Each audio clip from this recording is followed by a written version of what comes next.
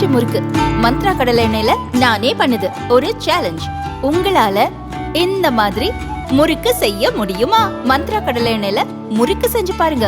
Okay. சாணக்கியாவின் அதிரடி நிகழ்ச்சி உறைவீச்சு. இந்திய பொருளாதாரம் தானாக வளர்ந்ததா, அரசின் முயற்சியா? டாக்டர் ஆர் வைத்தியநாதன் முழங்குகிறார். ஜூலை 20 சனிக்கிழமை இரவு சரியாக 7 மணிக்கு சர்தார் வல்லபாய் பட்டேல் ஆடிட்டோரியம், பீளமேடு, கோயம்புத்தூர்.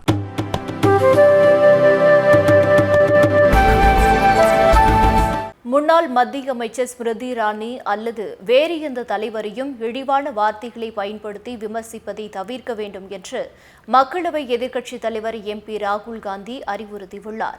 2019ஆம் ஆண்டு மக்களவைத் தேர்தல் ராகுல் காந்தியை அவரது குடும்ப தொகுதியான அமேதியில் தோற்கடித்த ஸ்மிருதி இரானி 2024ஆம் ஆண்டு மக்களவைத் தேர்தலில் காங்கிரஸ் வேட்பாளர் கிஷோரி லால் சர்மாவிடம் தோல்வியடைந்தார்.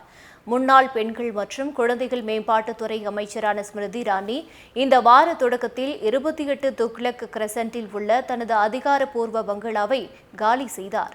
அமேதிக்காக தொடர்ந்து பணியாற்றுவேன் என்று பதிவிட்டிருந்தார். இதற்கு காங்கிரஸ் தொண்டர்கள் தரப்பில் ஸ்மிருதி இரானிக்கு எதிராக கேலி செய்யும் விதமான விமர்சனங்களை முன்வைக்கப்பட்டன. இந்நிலையில் ஸ்மிருதி இரானி குறித்தோ அல்லது வேறு எந்த தலைவர் குறித்தோ யாரும் இழிவான வார்த்தைகளை பயன்படுத்தி விமர்சிக்க கூடாது என ராகுல் காந்தி அறிவுறுத்தியுள்ளார். இதுகுறித்து ராகுல் காந்தி வெளியிட்டுள்ள பதிவில், வாழ்க்கையில் வெற்றியும் தோல்வியும் சகஜம். அந்த விஷயத்தில் ஸ்மிருதி இரானி அல்லது வேறு எந்த தலைவர்களையும் இழிவான வார்த்தைகளை பயன்படுத்துவதையும் கேவலமாக நடந்து கொள்வதையும் தவிர்க்குமாறு அனைவரையும் கேட்டுக்கொள்கிறேன். மக்களை அவமானப்படுத்துவதும் அவமதிப்பதும் பலவீனத்தின் அடையாளம், வலிமை அல்ல என்று தெரிவித்துள்ளார்.